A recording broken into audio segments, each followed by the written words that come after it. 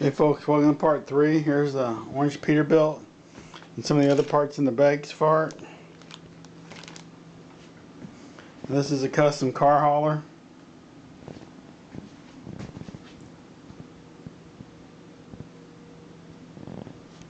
This is a custom fire truck that's going to be a custom car hauler, flat black.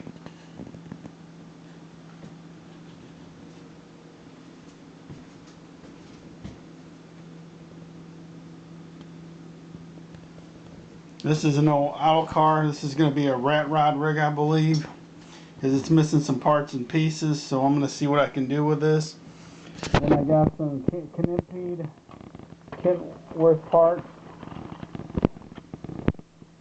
He had a couple of them, but I guess they were busted, and I got some Peterbilt parts over here in this bag for some other projects.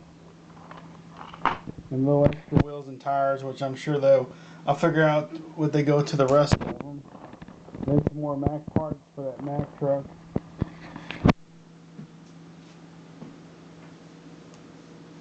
But anyway, kind of wanted to show you the rest of the truck projects for the spring and summer. So stay tuned. I'm still on my cars, but I kind of wanted to get going on these and see what I can do with them.